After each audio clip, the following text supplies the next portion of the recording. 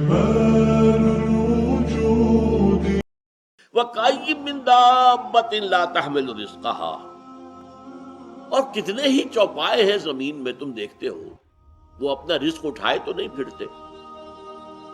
یہ پرندے جو ہیں کیا ان کا رزق ان کے پاس اسٹور میں کہیں ہوتا؟ حضرت مسیح کا ایک بڑا پیارا جملہ ہے سرمن آف دی ماؤنٹ میں. کیوں فکر کرتے ہو، اپنے حواریین سے کہہ رہے کیوں فکر کرتے ہو کہ کیا کھائیں گے؟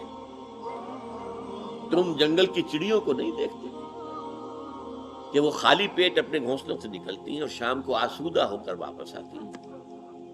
ان کے پاس کہیں کوئی جمع تو نہیں ہے، کوئی ذخیرہ تو نہیں ہے گندم کا یا کسی اور چیز کا.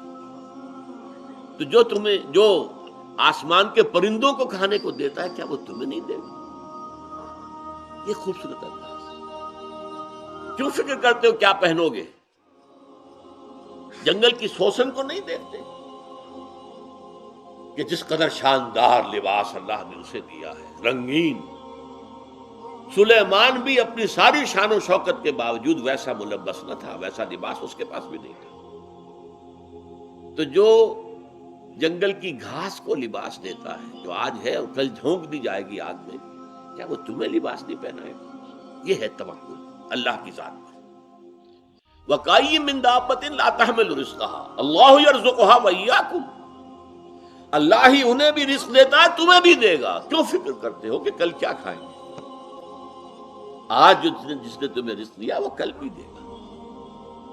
تمہیں اس کے اوپر توکل کرو، اعتماد کرو.